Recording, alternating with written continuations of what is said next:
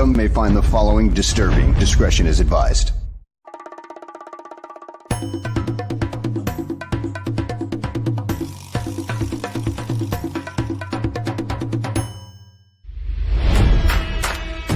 Never before in the history of sports podcasts have two men brought you opinion and analysis like these two. They speak for a city that's desperate for wins and titles, not whining and travesty. You might not agree with what they have to say, but you'll defend their right to say it. Sports fans across the world, from Chicago, Illinois, this is the Mac and Reed Show.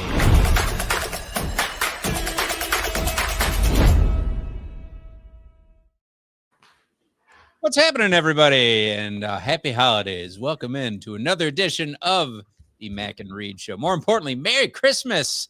And you can follow us at The Real Evan Mac. Follow Ross at Ross Reed. Of course, hopefully you're watching live on YouTube with the rest of the Barflies. Check us out on Spotify, iTunes, wherever you get your podcast. Remember to like, subscribe, tell a friend or two. We got a lot to get to on the show today, as we'll dive in the first half of the show about Bears news and just the train wreck that is this 2024-25 season. It's almost over, folks. Literally bear with us.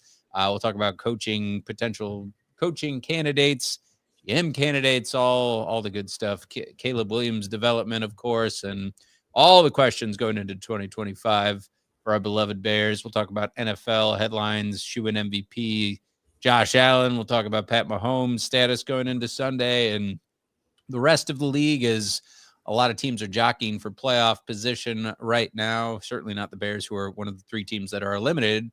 And we'll put a bow on 2024 because we'll be off next week for the holidays. And, of course, we begin, and I'm joined, as always, by my co-host. He's an eggnog expert, a sometimes backdoor Santa, self-described brat due to his Charlie XCX fandom. Ladies and gentlemen, Ross Reed. Yes. Backdoor Santa sounds weird, and I could not name you one. You know the Clarence Carter song? Huh? Clarence Carter song, Backdoor Santa? No, yes. Yes. Okay. I could not name you one. Weird. That's why I said sometimes. No. What's her name? Charlie XC? XCX, yeah, the brats. Yeah. I mean, I know we're both 43-year-old heterosexual black man. That's my demographic. We're pretty much the opposite of brats over here. We will talk about all the things of 2024. It was certainly a good year for her, but you wouldn't know it if you asked us. Yeah. Are you an eggnog expert? Did you fuck with eggnog during the holidays? I feel like I do. We I'm Puerto Rican, of course, so we are heavy coquito drinkers, which is very similar to eggnog. It's basically like a heavy condensed milk with coconut milk, and then a lot of Puerto Rican rum. If you're feeling spicy, it's usually a 151 Puerto Rican rum, but that's our Puerto Rican version of eggnog. It's delicious. My mother makes it every year. She makes like 10 bottles. She can literally sell coquito if she wanted to and make $1 million. And yes, she just decides to do it as a family and disperse it out. So there's a bottle in the fridge right now, and I usually can do like one glass. It's heavy. It's thick, but it's really good. She should sell that stuff because Oberweis is charging $12 for their fucking eggnog over here. Inflation's crazy, man. That was last year. Think about what it is this year. It's probably 14. I ain't getting that from the store. Give me the Evan Williams stuff. Yeah. And thanks to all in advance, and thanks to everybody commenting right now. If there's any questions you got for me and Ross, feel free to post them in on the chat. Welcome to new viewers, old viewers, to Swanky32, who I don't believe we've talked to today, who said, I have no optimism at all, no player, no coach, no technical optimism. You came to the wrong place, player. We are as unoptimistic as you are. I'd say the optimism, which we'll get to in a little bit, will come. There will be some optimism because the optimism is Caleb Williams, but we'll talk about his development. But to start, again, the question that reigns supreme is the season over yet? Because good Lord, this team, looking back, all the headlines you hear about are just the dysfunction that has been this season. The team was 4-2 at one point, and then their bye week. One of the players I heard was talking about it being too early, and then Washington happened at Hail Mary, and then the wheels just completely fell off. The offense had looked like it turned the corner when they were 4-2 at that point.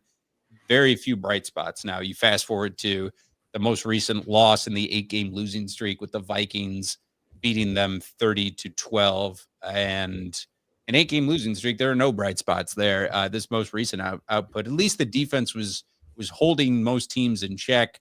But in this divisional game, you could call them inspired, playing for Randy Moss, but usually, the Vikings are a great team too. In the NFC North, I will say that one of the best divisions in football, if not the best right now, with the Packers and Vikings. The Vikings and Detroit right now tied in record, and they're vying for number 1 seeds or number 2 seeds along with the Eagles. But talking about the Bears, we're already talking about the offseason and how huge it is with a new coach in line. Thomas Brown ain't it. All due respect to the guy, and we love his character, and inheriting a shitty situation is just never going to really work well for you. Just look at what Antonio Pierce had to deal with the Raiders. A new coach in line, perhaps a new GM when we were, trying to defend Ryan Pace and thinking about bright spots of how he had put together this roster, at least. Obviously his back is against the wall, and you could certainly make the case that Bears need to go in the route of a new GM and coach at a package deal. So many calling head coach the biggest hire in Bears history as far as the weight of that hire. The roster does have talent. Offensively, when you look at DJ Moore and Keenan Allen and DeAndre Swift, and certainly Caleb Williams as the number 1 pick, he may not have the protection of a Jaden Daniels or, just the coaching of a Bo Nix or one of these guys, but he's shown those flashes. There's no doubt to me that it's there, but he has just been pounded this season. So now his health plays a factor, and that's why a lot of fans and folks are saying, at least fans, I would say, are calling for Tyson Bagent at this point. But being this is his first year, I think he needs to play it out and see what happens. But the trenches are bad, both defensively, offensively. Caleb has just relied on his connections to DJ Moore and Keenan Allen more so than spreading it around to Cole Kmet and finding Rome a little bit here and there. But this defense, you taking injury hits for sure. There really just hasn't been a pass rush to speak of. Like I said, the defensive line not able to do anything. Montez Sweat having a down year, struggling with injury too, but nobody else picking up the slack where he left off. So the team's, it's undisciplined regarding penalties. All 3 phases are bad. Like I said, just 30-12 losing effort against the Vikings. And now the Bears get a couple home games, finally getting back home. But the bad news is they faced a Detroit team that's very hot, and they lost an incredibly close game on Thanksgiving Day against them. What can you say at this point ad nauseum, Ross, about this 8-game losing streak? Just what's the state of this team, and really what are you looking for as you go into these last 3 games of the season? I mean, I think what we're all looking for is to go in the last 3 games of the season. We want to see Caleb Williams get out of this with his health intact. I mean, he took some shots on Monday night against the Vikings, and a lot of them were on him too. I mean, he's led the league now in sacks. He's at 58 right now for the season. He's on pace to break David Carr's rookie season record that he set with the Texans in their first year overall. But you want to see him come out to the season healthy, and if he comes out the season healthy, that's a win within itself. And then selfishly, we want to see the guy get over 3,000 yards. He'll get there on Sunday with his first couple passes. He's right at the cusp. He's just under 100 yards away from that. Maybe he can get out of the season at 3,600 yards. That'll be basically the single season record for a Bears quarterback. So with all of the mess that this season has been, the guy, and he's had some flaws. He's taken some sacks. He's missed some throws, but he could be on pace for a 3,500 yard season, over 20 touchdowns, under 10 interceptions on a season. I mean, I think all in all, for what he's gone through with losing his head coach, he's on his 3rd offensive coordinator of the year. The interim head coach right now has to call plays basically for the first time in his career and get the team ready from week to week. I'm grading on a curve, obviously, but I think it has been a relatively successful season for Caleb Williams. But there are a lot of asterisks around it. But I think at this point, you want to see this roster as a whole, especially your pieces going forward, get out of the season healthy. And let's see at least Caleb Williams have some fun, stack some yards. I'm looking forward to seeing cold weather Caleb Williams for the first time this season on Sunday. It's going to be below freezing at Soldier Field. So I'm interested to see how he plays. I think a lot of people think of him as a USC quarterback, a California kid, but do not forget he started his college career in Oklahoma, and this young man is from DC, so he knows how to play in the cold weather. And I think it's going to be fun to see him go out there against Jared Goff on Sunday, where I think because of the weather and the Lions' injuries, there's a little bit of a more level playing field. We'll get to our predictions later on, but let's get Caleb Williams out of this season healthy, and let's stack some stats for him if we can. Yeah, I agree with you, Ross and Cliff, bringing up the point. Got to laugh at anyone who says Caleb is a bad quarterback. You just look at the tape and the good. Certainly, he's on his ass. He's got no protection. He's trying to make the best of the situation. But the throws he's made, think about the comebacks against the Vikings and against the Lions, and really just coaching failed him there. Le'Veon Bell, who we haven't heard from in a while, posting on him on X and wherever, making fun of Caleb Williams and his pink iPhone. Like, dude, you're clearly ignoring the tape and how this guy has looked in his rookie season in one of the worst offensive lines, behind one of the worst offensive lines in football. All credit to, the Giants and the Panthers of the league and all these other bottom of the barrel teams. I want to see him ball out, especially because you still got the Lions on Sunday. Like you said, you got a Seahawks team that it's not guaranteed that you make, they're front running in their division to get that spot, to get that, 3-4 seed. But nothing's guaranteed. You want to certainly win at home and build some confidence there on your own home turf. And then don't forget, you got the Packers, and these wins are important for seeding.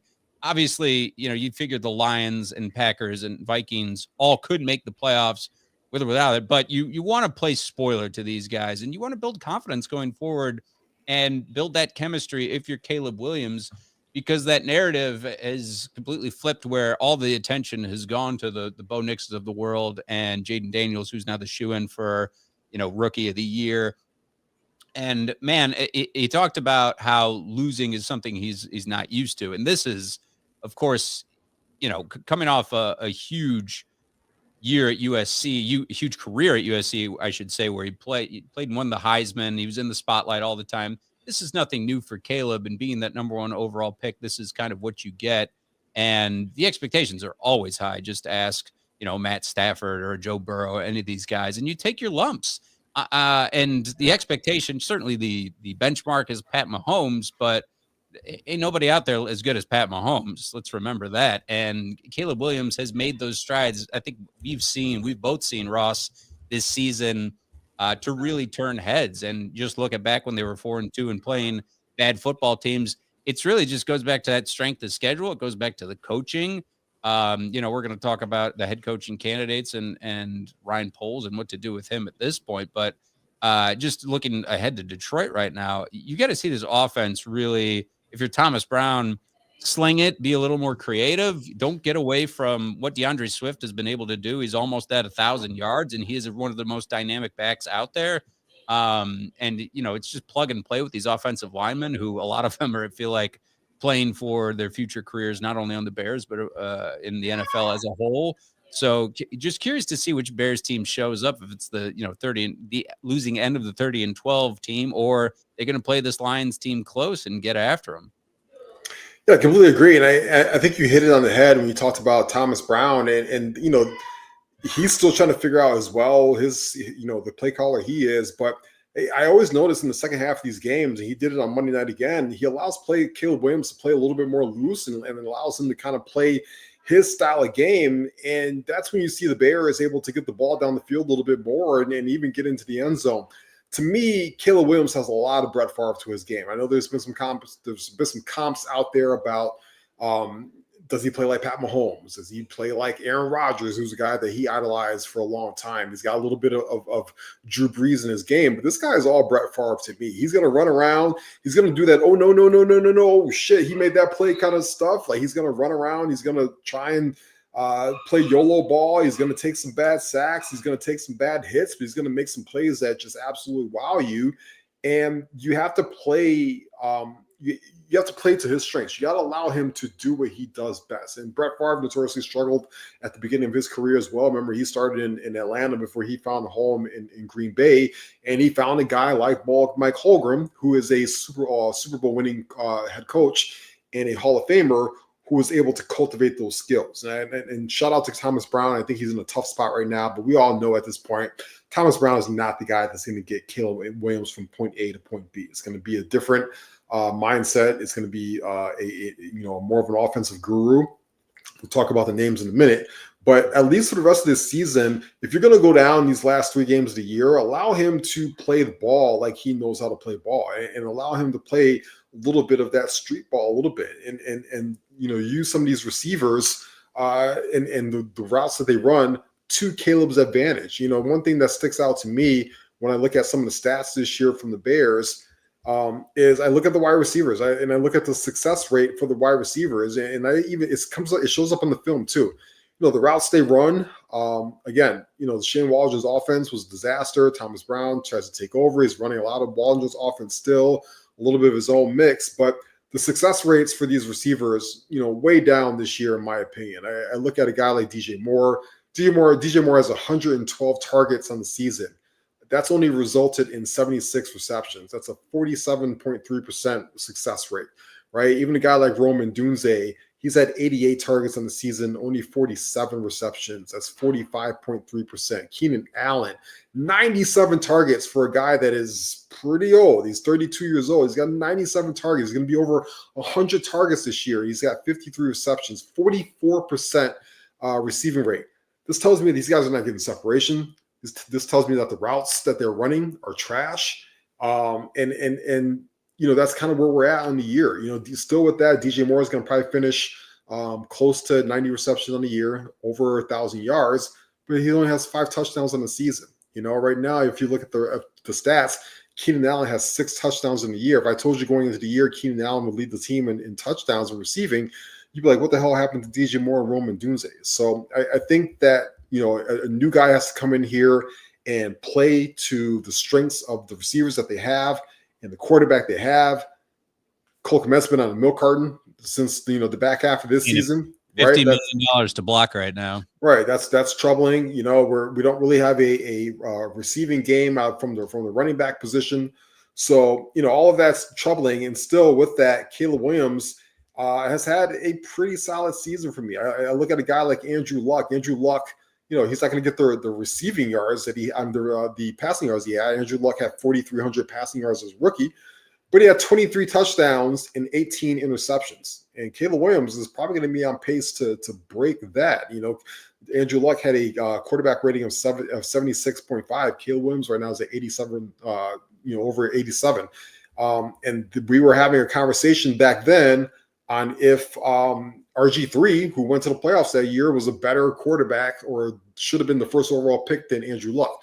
We know how that, fared out, right? Andrew Luck was the better player long term, but also Andrew Luck was out the game quicker than he should have been because the Colts were not able to shore up the offensive line. So let's hope that Caleb Williams, who I think is having a similar start to his career as Andrew Luck, is not on pace for that long-term Andrew Luck trajectory.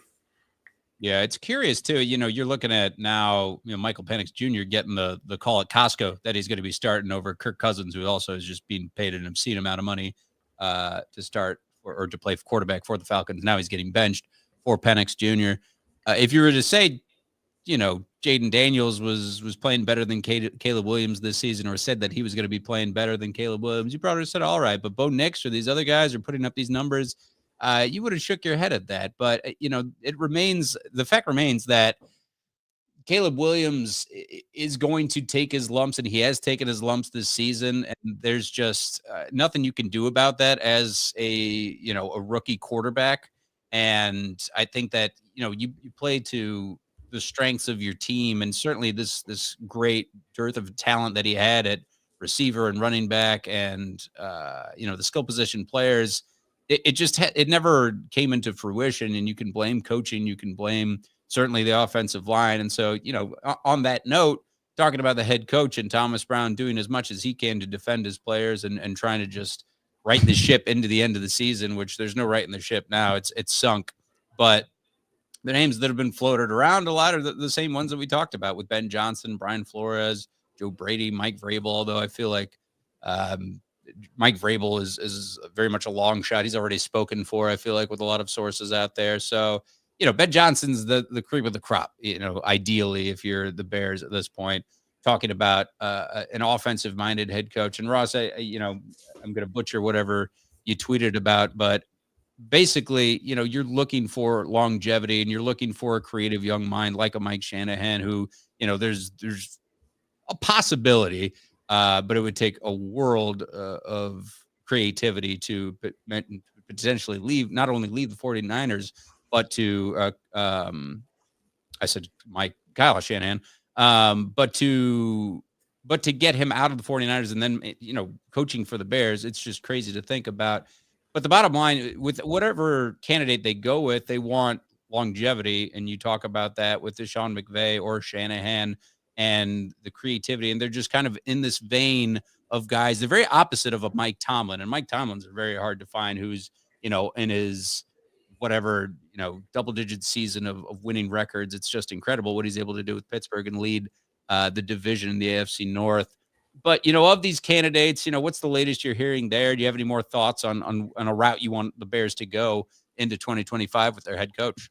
Yeah, I mean, I think you can, if we're reading the tea leaves, we see all the insiders from, Schefter to Ian Rappaport to Pellisario, although Rappaport did mention, which was his opinion. I have to put that out there. He said opinionated Mike Vrabel, but all of this leads to the Bears going after an offensive-minded coach because they want to pair that person with Caleb Williams long-term and cultivate the first overall pick. They've made this mistake before and not doing that with their quarterback, in particular, Justin Fields within the last couple of years. So I would imagine Ben Johnson is at the top of their list. I would imagine Ben Johnson also wants some security in terms of how stable your front office is. He wants, quite a bit of money coming in as the even though he's a first-time head coach. Right now, Seattle paid Will McDonald $12 million a year to be their first-year head coach. So the bar is going to start there for the Bears, and we'll see if the McCaskey family wants to pay Ben Johnson $14 million a year. I don't know the numbers of what he wants specifically. I know last year there were rumors about him wanting $15 million. But that could have been a Carolina Panthers tax that he was trying to put on the situation. As he was talking to them, he was also talking with the Washington Commanders as well. But I think Ben Johnson is at the top of the list. He should be. He has ran an exemplary offensive program with the Lions. He's had that offense top 5 in the league the last couple of years. He's done a lot of amazing creative things with the weapons that they have. Their offensive line has been very solid, very stable. But you can't sleep on guys like Joe Brady, offensive coordinator for the Buffalo Bills. Liam Cohen is the offensive coordinator for the Tampa Bay Buccaneers. He's the guy that they should talk to as well. Ironically, they did talk to Liam Cohen last year for their offensive coordinator position, and they decided to go with Shane Waldron instead. I've got a good buddy of mine, Van Hiles. Shout out to Van. He might be watching right now. He's a former Bears player, also Kentucky alumni, and was talking to him last year. And he was like, you guys should have hired Liam. Liam is that good. So they made a mistake there. So maybe they circle back and have a conversation with him again this offseason about that. But I'm a guy that I'm not opposed to Mike Vrabel. I do like Mike Vrabel a lot. I just don't see the Bears going double defensive coach again. And I don't see the way the Bears infrastructure is from an organizational standpoint, from McCaskey to Kevin Warren to Ryan Poles, if he still has a job in a few weeks. I don't think that Vrabel is willing to adhere to that kind of power and control above him. I think he would want a little bit more than that out of an organization, and he would want a little bit more control. So I don't think he's really quite on the Bears' radar, but you should still have a conversation with him. He's a very smart man. He's a very smart football guy, and you should pick his brain and see what he wants. But at the end of the day, I think this all roads lead to Ben Johnson, and just get it done, And, I think the tougher conversation is, will Ryan Poles be here to make that decision or not? I think that's a tougher conversation. It is a tougher conversation, and if you tuned in last time around on our show, we're really talking about how this is still part of that Ryan Poles tenure and a rebuild. Where now you know the first year with your number one quarterback, you look at on paper what you had done in the offseason going into it. When you're getting Keenan Allen, when you're re-signing DJ Moore, and when you draft Rome Odunze, and maybe you trade him out for an offensive lineman. We don't know what that would have turned out like, but we talked about the places where he did hit with Darnell Wright, who's an absolute dog, one of the bright spots of that offense. And the secondary has been taking some hits, but look at the guys, you know, even you could talk about Tyreek Stevenson's jawing and the way he'd been playing recently. The jury's still out on him. But look at the players who have been hit with injuries like Kyler Gordon and Jaquan Brisker. Like those are hits there, man. If they're healthy out there, and the numbers back that up, you're just in a really tough division for sure with a hell of a schedule. And you got a rookie quarterback. You got holes at the offensive line, which is the most important position. You talked about Ben Johnson and writing him a blank check. Certainly if the Bears get, you know, that top 15 pick, which it looks like, you know, the best they could probably do is right outside of top 10, it looks like right now, but they could easily lose and maybe dive a little bit longer, further there, but get the best offensive lineman available, it looks like at this point. But also that pass rush, although I should say Cliff was just talking about how the Bears need a great defensive coordinator. You know, Montez Sweat, with his health ailing this season, it's tough to see one guy carrying the pass rush, and a defensive coordinator can help take the pressure off a guy like that. You know, you look around the league with the top defenses like the Broncos and like the Steelers of the world. So I'm curious, you know, on that note, Ross, with defensive coordinator, what route would you want to go if you're the Bears? I mean, I would hire a guy like Robert Saleh. Robert Saleh has been an offensive defensive, an amazing defensive coordinator with the 49ers, took those guys to a Super Bowl. He's got head coaching experience. I thought that while he wasn't a fit for the Jets, he did get a raw deal this season, and we've seen how the Jets season has played out even with him gone. But I think Ben Johnson should call a guy like Robert Saleh because he is a very good defensive coordinator. He's a guy that is very animated, a leader of men, as they love to throw out there these days. And he's a guy that can get very creative and rally the troops. You know, Montez Sweat is having a down year. Yes, I understand that. But you look around, you look at that roster, and Andrew Billings, you know, has been out for most of the year. He was the guy that was really instrumental in plugging up the middle for them, right? You know, Dexter Sr. has been out the last couple of weeks. He's a guy that was also instrumental in the pass rush. So I think the Bears have so many holes on both sides of their line. They really have to invest a lot this year, both in the free agency, in the draft, and the trenches, to really help out their two blue chip guys, which in my opinion is Caleb Williams and Montez Sweat. You want to maximize both of their capabilities next year. And to do that, you've got to get some talent on both sides of the line. So, you know, we talk about the draft right now as it stands, the Bears would be drafting number 9 overall. Yep. That's probably too late to get a guy like Mason Graham. He's probably going to go top 5. He's your defensive tackle from Michigan. You know, that's probably also too late for a guy like Abdul Carter. He's going to be your edge guy from Penn State this year. Will Campbell still be on the board? You know, LSU offensive lineman. Is he a guard? Is he a tackle? I've been talking a lot with Greg Gabriel about this. Shout out to Greg, who hosts an amazing show on the Bears Barroom Network. Or will they target a guy like Kelvin Banks, offensive tackle? Greg and I both like him a lot. We're just trying to see where he measures out at to see if he will be a left tackle on the next level. Other guys out there, Jalen Walker, who's going to play in the playoffs. You know, he's going to be another guy that you're going to hear about. Same thing with Mykel Williams as well. But you got some opportunity. This is going to be one of the better trenches drafts that we've had in a long time. The Bears are going to have 3 picks within the first 2 rounds. I think, in my opinion, you got to go in the trenches all 3. Absolutely. You got to go, whether it's defensive line, offensive line, offensive line, offensive line, defensive line, offensive line. I don't care. You should hit the trenches for all 3, because I don't think guys like, you know, we talk about the guard from Kansas City Chiefs. A lot of people want him. He's going to be out there. I don't think the Chiefs are going to give him up. You have to protect Patrick Mahomes there too. And I'm not even opposed to signing Tevin Jenkins if you can get him back on a decent deal, but you still have to get some depth on this offensive and defensive line.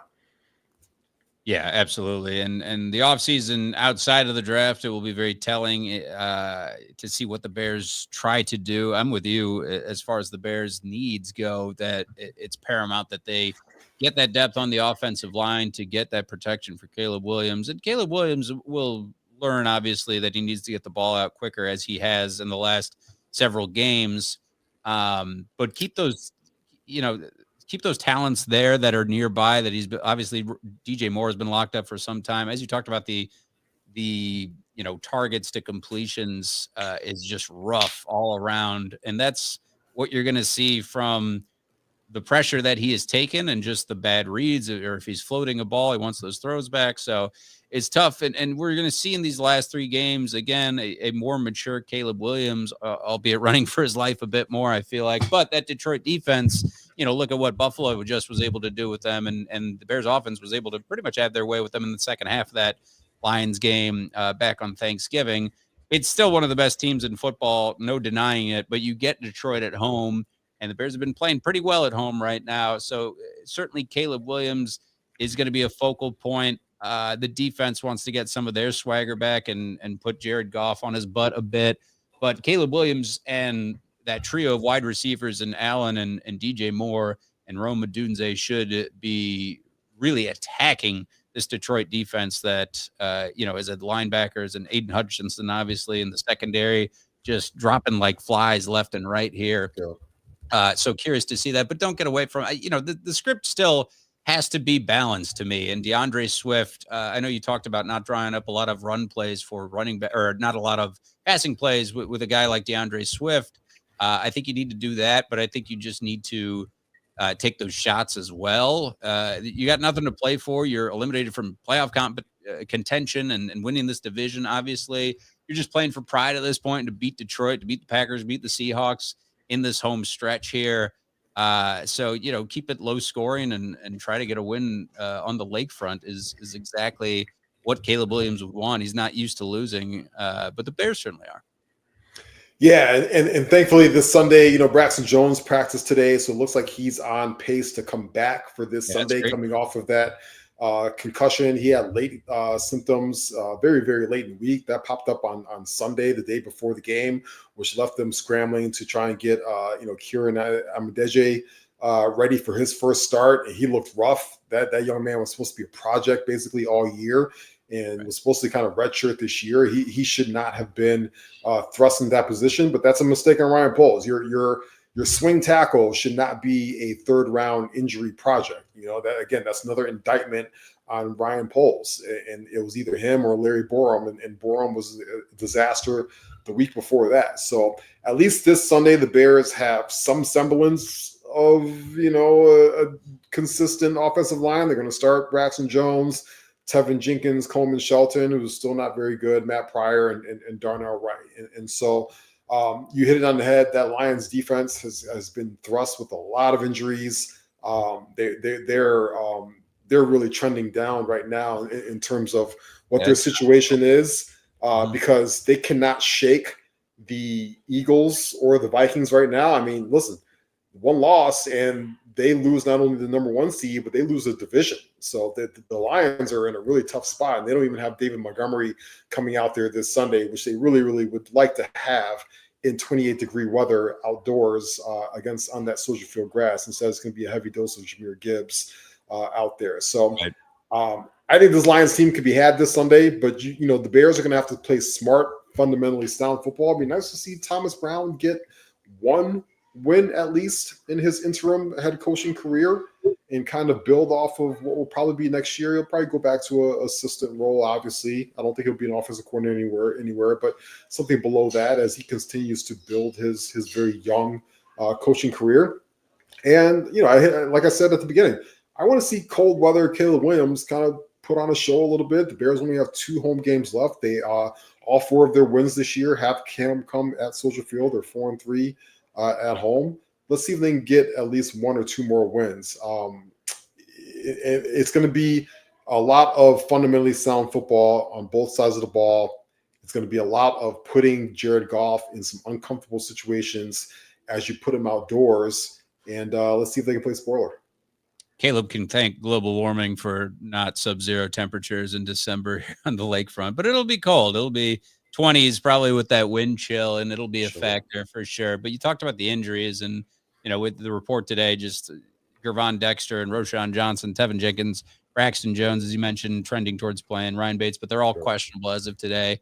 And Gervon Dexter, one of the bright spots on that defensive line too, picking up the slack. Andrew Billings, unfortunately, going on IR. But yeah, the Lions, as we switch focus, we'll give predictions at the end. Talking about the Lions and the Vikings and Packers, who are all vying for the NFC. Losing David Montgomery is huge.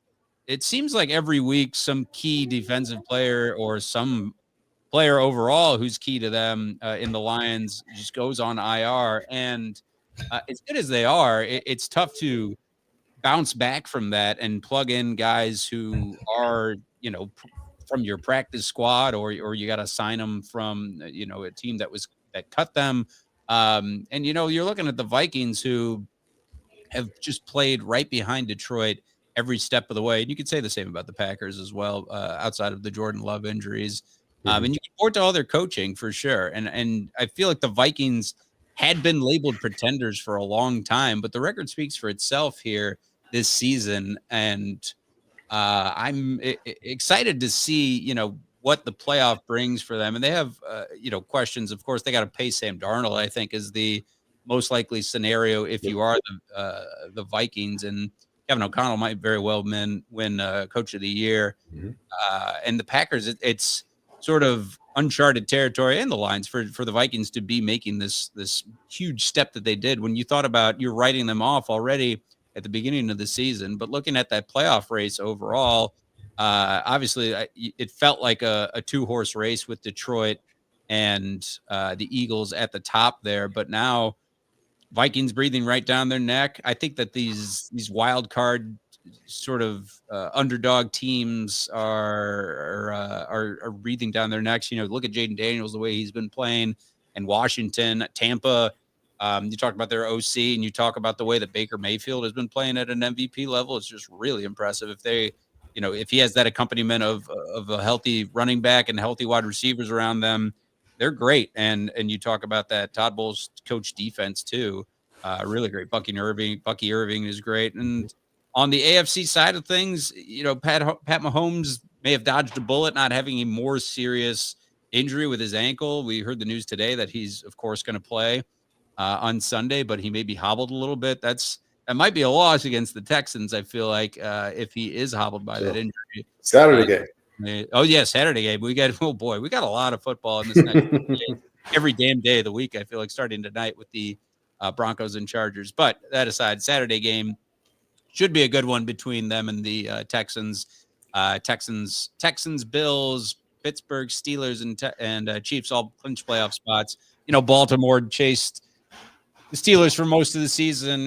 Lamar Jackson was sort of that shoe-in for MVP, I feel like, and now we're giving it to Josh Allen, of course. But man, Josh Allen, what can you say about him and how incredible he has been in the, obviously since he proposed, since he popped the question to Haley Steinfeld, that boy is really balling out, but he was doing well even before that. And just incredible. I don't have the stats in front of me, but just the ridiculous play of a guy like him and Joe Burrow and Lamar Jackson. And this is a down year for Pat Mahomes for whatever reason, but we were seeing some incredible quarterback play where it was compared a lot to, the Breeze and Peyton Manning and Tom Brady, and some people saying that this could eclipse that, when this plays out. I've talked a lot, Ross, but, if you have impressions about the AFC and NFC seeding and what you're looking forward to this week, let me have it.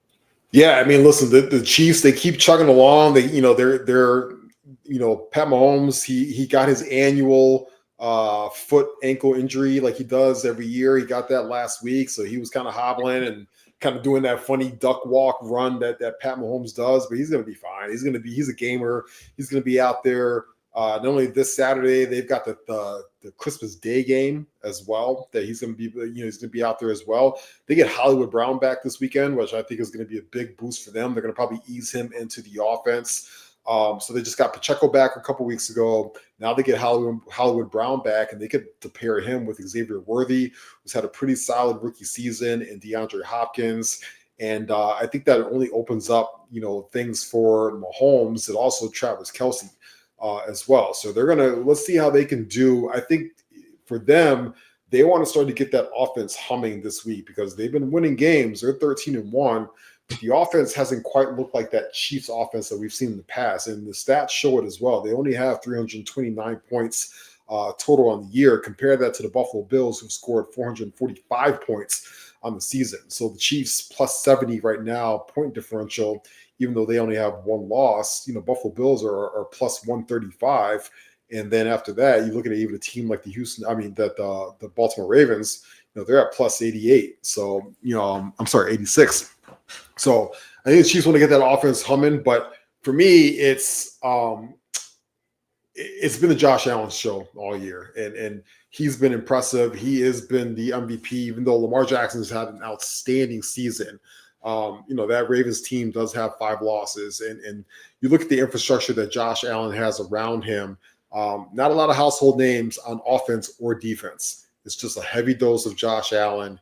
And it's been very impressive. 7-2 in the conference. He's been 6-0 at home, and it's been a lot of fun to watch. Joe Burrow, you talked about Joe Burrow. They're probably not even going to the playoffs this year, even though they won 2 games in a row. They're kind of hanging in there right now, 6-8. But he's had one of the special quarterback seasons as well. It's been a great quarterback play in the AFC between Josh Allen, between Lamar Jackson, and Joe Burrow. And even on the fringe of things, it's been fun to see the Russell-sance, the Russell Wilson, assance, even though he kind of struggled last week, obviously, against Philly. The one guy I've been surprised with this year is C.J. Stroud. And I thought he was going to take a step this season. I thought he was going to look better and play better than he has this year. And he's just been off to me this year. It's been really interesting to see. Now, they play in a dog shit division, so they're going to win that no problem. They're 9-5 right now. They're going to win that division. But I have not liked the way C.J. Stroud looked this year. I thought he was going to be able to take a little bit bigger step than he has. I think even looking at that Bobby Slowick offense that was so good last year, they've kind of taken a step back a little bit, and they've added Joe Mixon to the mix. But they've had some injuries, obviously, at wide receiver this year. But I thought they'll look a little better. But the top guys, the Mahomes, Allen, Burrow, Lamar, those are the top 4 quarterbacks in the league right now. They've been absolutely fun to watch, and the AFC is in good hands because they've got the 4 best quarterbacks in football. Yeah, and Burrow looking like he'll win comeback player of the year, and it's completely night and day from the beginning of the season. And also kudos to his number 1 wide receiver in Jamar Chase, who's going to get the bag in this offseason. He's been incredible as well. On a fantasy note, Visor Joe said, Ross, if you had a recommendation of Garrett Wilson or Jameson Williams playing the Bears this Sunday, this Sunday, and then Garrett Wilson playing the Rams. Yeah, I do. I lean a little bit more closer to Garrett Wilson, even though he has some interesting comments to say today about, whether they asked him if he wanted to be with the Jets long term, and he just couldn't quite know if he wanted to do that or not, or had some weird stuff to say. But I trust him at home still with Aaron Rodgers over Jameson Williams on the road in the cold. I just don't trust Jared Goff in 25-degree weather. That's what it comes down to. And, they still have Amon-Ra St. Brown. They still have Sam Laporta. I think they're going to try and run the football as much as they can to take some pressure off of Jared Goff in the cold. So I'm going to lean Garrett Wilson a little bit on that one. But that's a tough one. It's like 51-49. Some days all the Detroit receivers are balling. And even look at last week, against the Bills, everybody ate still. Jameson Williams got a touchdown. If it was indoors, I would say Jameson. But because it's outdoors at Soldier Field, I give a slight edge to Garrett Wilson on that one. And I think although Aaron Rodgers has been feeding Devontae Adams a ton the last couple of weeks, I think he's going to look Garrett Wilson's way a little bit more this week as well. Got to feed him a little bit. You got to want him to stay next year. And so anytime a wide receiver says something during the week, like I don't know if I want to be here or not, usually the week after that or the Sunday after that, that means that the quarterback's going to try and force feed him the football. And sometimes you got to make these wide receivers just happy. That's all it is at the end of the day. just don't walk off the field like the 49ers linebacker who just Right. quit like that. On the note of the Texans, you're talking about CJ Stroud, and still they're in a good position. They're 4 seed. Getting into the playoffs is ideal, even with CJ Stroud. But I think that sophomore slump is very real. I think the Joe Mixon, just the injuries, there's been a slew of them. And still that defense has played very well at times. In the division, that's where it counts. They've played very well, playing the better football in this latter half of the season. But I'll be curious to see which CJ Stroud shows up, if they're going to have to play Denver or Baltimore or one of these teams that are also looking very spicy. It'll be tough. And in the NFC, again, the Eagles have been rolling. The Eagles just really, I think if you were to put a team in the Super Bowl from the NFC today, I would put the Eagles in there. When you beat a great Steelers team like they did 27-13 last time out, they got, straight divisional games this week. So they don't have much to play for. I think they've already have locked up a playoff berth, I should say. Now it's just more about seeding. But the road kind of goes through the Eagles, and they've put a lot of those questions about their passing game to rest at this point, and the relationship between, Jalen Hurts and AJ Brown. And we know that Saquon Barkley should probably be offensive player of the year at this point as well. Eagles, damn impressive. They were my Super Bowl pick at the beginning of the year. They really played up to that. Eagles look awesome. I think the Eagles, in my opinion, have the best roster in the NFL. Shout out to Harry Roseman, who has been able to construct that roster so brilliantly. In all 3 phases, they're awesome. They're great on the trenches on both sides of the football.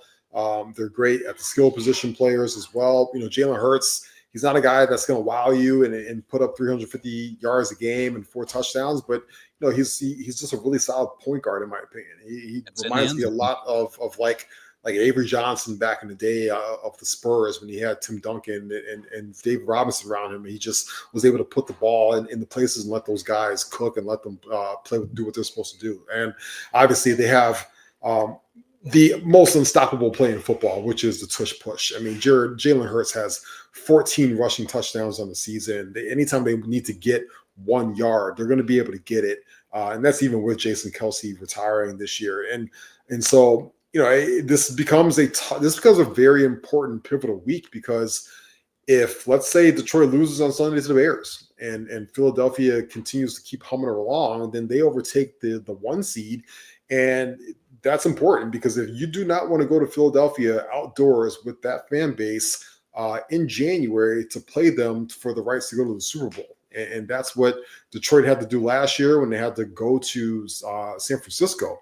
So, I agree with you. I think the Eagles are the best team in the NFC. I think they are going to the Super Bowl. It would not shock me if they came out of this with the 1 seed, and which is crazy, because I think back in September, everybody was talking about if Nick Sirianni was even going to have a job, to finish out the season going into next year. And people were talking about Bill Belichick potentially taking over. And now these guys are right there for a 1 seed. And then, even after that, the Vikings, KOC, you talked about earlier. That's, to me, he's been coach of the year. What he's been able to do with that offense, with Sam Darnold, he's got Justin Jefferson, which is, top 2, top 1 receiver in the league, but Jordan Addison has had an outstanding year as well. Aaron Jones has been a great pickup, coming from Green Bay. Brian Flores' defense has had them in a very solid position as well. Their pass rush has been great, but KOC has done an amazing job, and they could also overtake the Lions as well. The Lions could very well find themselves in the 5th spot in a week or two. That's how bunched up things are, because you look at the divisions. Tampa Bay is leading the South. They're going to win the South. They're going to get that 3 spot automatically. The West still up for grabs. Rams in the driver's seat right now, but they're not, Seattle's not far behind them, but they're going to get that 4th spot too. So there's going to be a team that's going to have 12 or 13 wins who is not going to be very happy, because they're going to be in that 5th spot. And so this season is very far from over. This week is a very, very pivotal week around the NFL to see what happens as teams jockey for position going into the playoffs. I also have enjoyed Hard Knocks immensely, and in season, I feel like much more than preseason with the AFC North focus. And Joe Burrow is still becoming the most interesting man in the world to me with his Batmobile. purchase one of like 10 Batmobiles that were being sold. And then he also said, I saw that he gifted his offensive linemen authentic Japanese katana swords or katanas. And Orlando Brown said, quote, Joe does a great job at buying gifts that are extremely meaningful. The fact that he bought me a sword, it's the most ancient form of respect. I mean, it's nice that, you're Pat Mahomes, you get your offensive line Rolexes and your Yeti coolers and all this, but give my man a sword over here. That's just, as you said, ancient form of respect. We're running out of show here. It is our last show of 2024, as I mentioned, and I'm not here to talk about, Wudang or any of Hawktua or anything else. the low forms of she's in fucking hot water. She'll be out of our sphere of influence very soon, I feel like, and long forgotten in 2025. But I think it was a pretty good year as far as pop culture is concerned, and we're big music, movie guys, television, all that. I'd lead with music, Ross, and I got to ask you what your favorite album of 2024 was. I think that it's kind of like a 2-horse race for that top spot. All due credit to Doechii with Alligator Bites Never Heal, which is an incredible album, and she's poised for great success going forward. But the last minute drop of GNX was incredible and just kind of like vaulted it into that top position next to Chromacopia. What say you? Yeah, I said a couple weeks ago, I stand by it. That Doechii album to me was still my favorite album of the year. I like it. The album I go back to it a lot. Shout out to Top Dog, to TDE. They had an amazing year. Doechii had an amazing project. Ab-Soul had an amazing project as well. Even though Kendrick is technically not on there as well, he's still a part of that extended family. So, I'm going to cheat a little bit. I'm going to say TDE had the albums of the year, because those three projects together were just amazing hip hop projects. Yeah, and GNX, I think everything that went into it, just obviously Kendrick running 2024 with the beef between him and Drake going back and forth and releasing hits, and Not Like Us being the song of the year, kind of elevates it. And to not include it on the album, for us to see this, this form of Kendrick, and then him going to tour into 2025 is just peak Kendrick. But it's nothing to take anything away from Chromacopia and Tyler, the Creator, and his whatever this is studio album for him. It really continues to build on that success that Igor had, and Call Me If You Get Lost. Like, this is just peak Tyler, the Creator, and these are going to be something to watch as well. It's hard if you got to have deep pockets to go see, both of them, let alone one of them in 2025. And also, it was a good year for Beyonce and certainly pop. We joked at the beginning of the show, if you're Sabrina Carpenter, Charlie XCX, Taylor Swift, who cares? Won the year. That's great and all. But Jack White had a great rock album, No Name. Beyonce with Cowboy Carter, that was just crazy. She'll be doing her fucking reggae album next and have bangers off that. I have no idea what's going to come with Beyonce. She's just, proving how good she is just as an artist at this point. But, as far as movies go, Ross, 2024, we had Furiosa, we had Dune 2, we had Gladiator 2. I just don't see how you make the argument against Dune 2. It seems a clear-cut winner as the best movie that I saw in 2024. I still haven't seen Challengers. I heard that was good. Furiosa was also, like, in the Mount Rushmore for me. I haven't seen a number of these, but as far as the flicks in the desert, action flicks in the desert, and otherworldly one in Dune, just with that cast and building off of the first Dune movie, it was just incredible. Like, I wish I could see it in theaters tomorrow. So well done on every level. Yeah, I mean, I'm going to go, a little bit off the beaten path, as I always do with these movies. Obviously Dune 2 was amazing this year, just an amazing achievement. I thought The Substance was an amazing movie this year. Demi Moore should be nominated for Best Actress in a few weeks with that movie. I loved Anora this year, which is going to be nominated for Best Picture as well. Outstanding movie. I loved Heretic, which is kind of a psychological thriller starring Hugh Grant. It was just, on the edge of my seat the entire time in the theaters with that. The Piano Lesson, which is directed by Denzel Washington's son, also stars Denzel Washington's other son. I saw the play in New York on Broadway, and he adapted it to the movie theaters, which was absolutely outstanding as well. I'm always a horror guy, so Hold Your Breath, Don't Move was a great movie this year. Long Legs was a lot of fun. These are some crazy, creepy movies. We got a Shyamalan movie in Trap, which is not very good, but if you got an hour and a half or 2 hours to kill and want to pop an edible, that's always a lot of fun too. So, there's been some fun movies this year. I think it was a little bit of a down movie year because of the strike, but we got some bangers coming up soon. We got a Superman trailer today, which was just James Gunn. Yes, bring Superman back. That looked awesome. He was built to direct superhero movies. Yes, I feel like he's coming off of Guardians of the Galaxy. He did all those movies, and now he just seamlessly transitions into this. He's gonna do a great job with Superman, and he's in charge of the whole DC landscape. So I smell a 2025 staple segment, which is Ross's edible and movie for the week. Listen, a fine pairing. I can give you some real great ones. I can give you some depraved movies. Or I can give you some really cool ones too. Give me the genre. What do you like? What are you into? I'm always horror thriller. Always horror. I know you are. Oh, I know exactly what you are. I'm saying yes. Who doesn't like to just get into couch like that? Yeah. Man, but yeah, it was quite a year. The ups and downs. Yeah. What else? It was a great TV year to me. I mean, like, yeah, I feel like it was run to me by the Penguin most recently. It was like a letdown with the Game of Thrones spinoff, but Fallout it came this year. Shogun coming up for the future as well. So there's Industry. We had if you're a watcher of Industry, they had a great third season.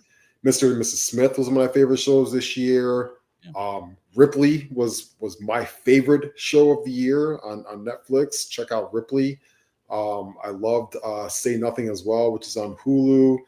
Presumed Innocent was just absurd, but a lot of fun as well. And then we also got a season of The Bear, which is awesome too.